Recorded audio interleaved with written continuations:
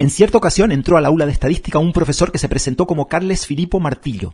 Le dijo al alumnado que iba a jubilarse y que en su lugar iba a venir su sustituto, Carlos Felipe Martel.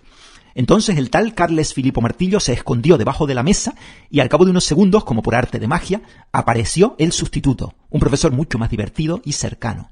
Te preguntarás, ¿a qué vino ese cambio? Superprofe ha hecho cosas muy raras en el aula, no solo esta. ¿Sabes por qué? Para compensar, la ley de la compensación. Y es que Superprofe imparte una asignatura que generalmente causa odio. Todo el mundo odia la estadística. Un profesor de estadística tiene que hacer cosas para equilibrar el odio. ¿Sabes qué ocurre? Que después del infierno de los percentiles del vídeo anterior era necesaria esta explicación. De nada, y seguimos. Una vez explicadas las medidas de posición, porque ya las hemos terminado, vamos ahora a determinar si dichas medidas de posición son más o menos representativas. Y para eso se utilizan las medidas de dispersión. Hay dos tipos, las absolutas y las relativas. Las relativas son las verdaderamente importantes para determinar la representatividad de las medidas de posición, ya que se expresan en términos no absolutos, y sobre todo para comparar dicha representatividad entre unas medidas de posición y otras. Para que me entiendan mejor les pongo dos ejemplos. Yo calculo la media, la moda y la mediana de una distribución de estatura y me planteo cuál de las tres medidas será la mejor, o sea, la que mejor representa la distribución. Eso lo sabremos calculando una medida de dispersión relativa para cada una de las tres medidas, o sea, una para la media, otra para la mediana y otra para la moda. La que me dé más pequeña, o sea, menor dispersión en torno a ella, indicará la más representativa. Esto lo iremos entendiendo poquito a poquito, Solo quiero ir adelantando ejemplos. Otro ejemplo, otra aplicación. Si hallamos la nota media de los alumnos del grupo A y la de los alumnos del grupo B, nos podríamos plantear cuál de las dos medias representa mejor a las notas de la clase. Pues lo mismo, tendremos que calcular una medida de dispersión relativa para cada media y ver cuál nos da más pequeña. Y escucha una cosa, a pesar de que las medidas de dispersión realmente importantes son las relativas, porque son las que miden y comparan, nos detendremos más tiempo en las absolutas. ¿Por qué? Porque las medidas de dispersión relativas se definen fácil y rápidamente una vez hayamos definido las medidas de dispersión absolutas. Repito, necesitamos definir previamente las absolutas. Una vez definidas las absolutas, las relativas se definen en un plis-plas. Esto es un cuadrito para esquematizar lo que estoy diciendo. P significa promedio, o sea, media, mediana o moda. En la columna central tengo las medidas de dispersión absoluta, las cuales definiremos en este vídeo. Y finalmente en la columna de la derecha obtendremos las medidas de dispersión relativa, que las definiremos en el vídeo siguiente. ¿Cómo definiremos las medidas de dispersión relativa? Simplemente dividiendo una medida de dispersión absoluta entre la correspondiente medida de posición P. Si lo piensas bien, lo que estoy diciendo implica que este vídeo, medidas de dispersión absolutas, será más largo que el siguiente, medidas de dispersión relativa. Y sin embargo, las medidas del vídeo siguiente serán las verdaderamente útiles para determinar y comparar la representatividad de los promedios. Lo vuelvo a repetir porque es importante que te quedes con esto. Las medidas de dispersión determinan la mayor o menor representatividad de una medida de posición e incluso comparan dos o más medidas de posición para saber cuál es más representativa. Y por si todavía queda alguna duda de qué significa esto, vamos a poner un ejemplo más clarificador. Tenemos dos ciudades donde, en ambas, la edad media de fallecimiento en carretera es de 40 años. Las dos medias son iguales, pero ¿crees que son igual de representativas? Está claro que no, ¿verdad? En la figura A, la media es bastante representativa porque las edades de fallecimiento más frecuentes, o sea, las de mayor densidad en el histograma, giran en torno a los 40 años. Pero no ocurre lo mismo en la figura B, donde, aunque la media siga siendo 40, las edades de fallecimiento más frecuentes son la infancia y la vejez. Este ejemplo lo que te dice es que la media por sí sola sirve de muy poco. Es necesario acompañarla de una medida de la dispersión de los datos en torno a ella, en torno a esa media o a cualquier otra medida promedio. El ejemplo este es para la media, pero valdría igual para una moda o para una mediana. Visto lo visto, para medir la representatividad de una medida de posición P, parece lógico basarnos en las distancias de todas las observaciones respecto a ella. Cuanto más agrupados estén los valores en torno al promedio P, que recuerden puede ser media, mediana o moda, más representativo será este promedio. O sea, cuanto más cercanos estén los datos a la media o mediana o moda, cuanto más pequeñas sean estas flechas, más representativa será esa media, mediana o moda. Esas flechas, como vimos cuando estudiamos la media, son las llamadas desviaciones de los valores respecto a P, ¿lo recuerdan? Desviaciones de los valores respecto a P, o sea, separaciones de los datos respecto a P. Pues bien, en principio, una medida de dispersión podría venir dada, ¿por qué no?, por la media de todas esas desviaciones. O sea, sumarlas todas y dividir por el total n mayúscula. Recuerden que si un valor se repite 8 veces, no hace falta sumar la desviación, la flechita, 8 veces, sino que basta con multiplicar dicha desviación por 8. Por eso siempre aparecen las frecuencias en la fórmula.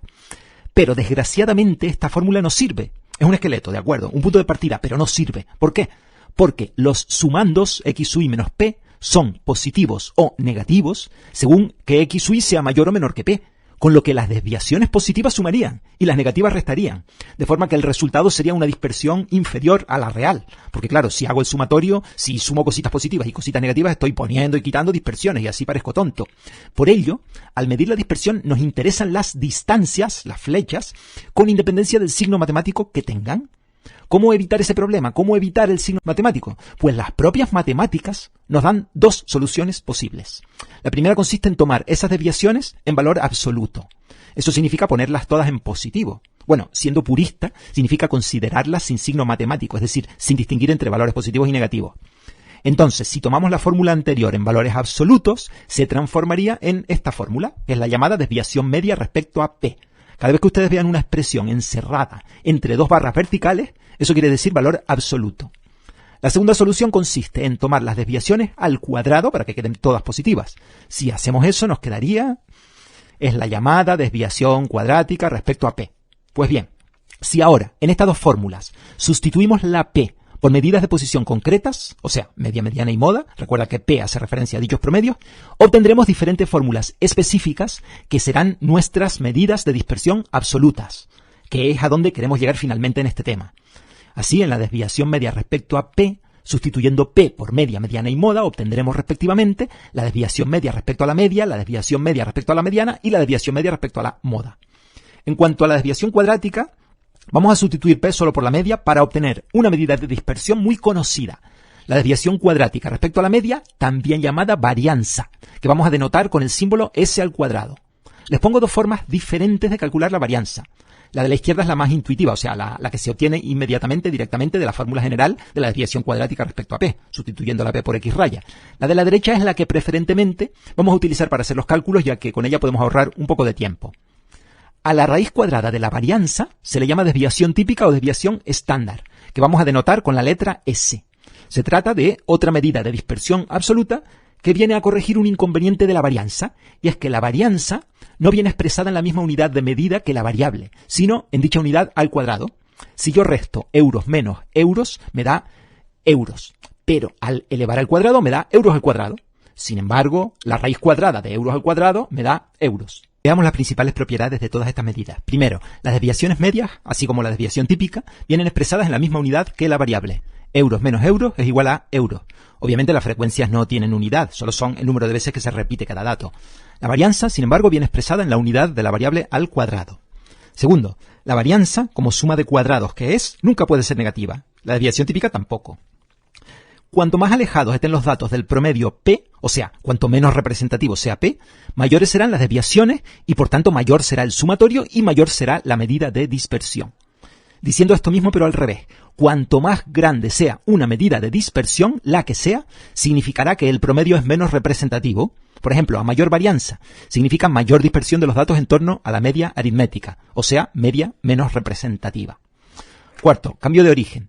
Si a todos los valores de la variable le sumamos o le restamos una misma constante, no cambian ni las desviaciones medias, ni la varianza, ni las desviaciones típicas. Y cambio de escala. Si a todos los valores los multiplicamos o los dividimos por una misma constante, las desviaciones medias y la desviación típica quedarán multiplicadas o divididas por dicha constante, mientras que la varianza quedará multiplicada o dividida por la constante al cuadrado. Este vídeo ya se me está haciendo muy largo, así que con el permiso de ustedes necesito unos segundos para estirar las piernas y los brazos.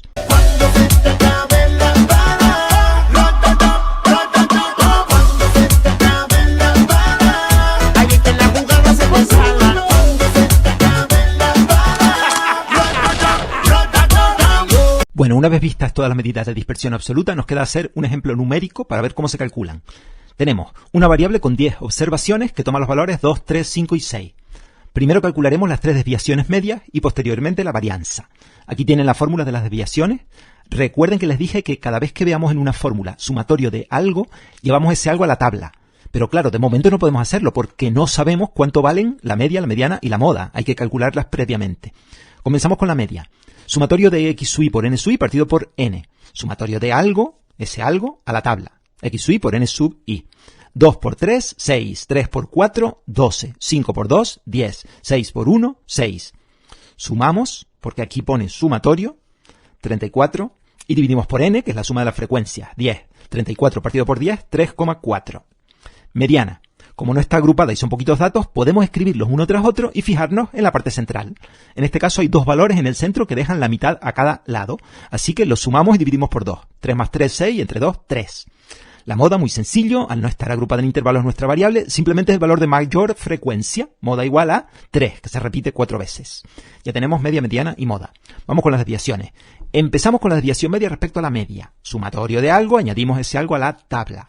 Ahora hay que ir realizando esa operación. Como es la primera vez que hacemos esto de los valores absolutos, les especifico aquí a la derecha cómo se calcularía cada casilla.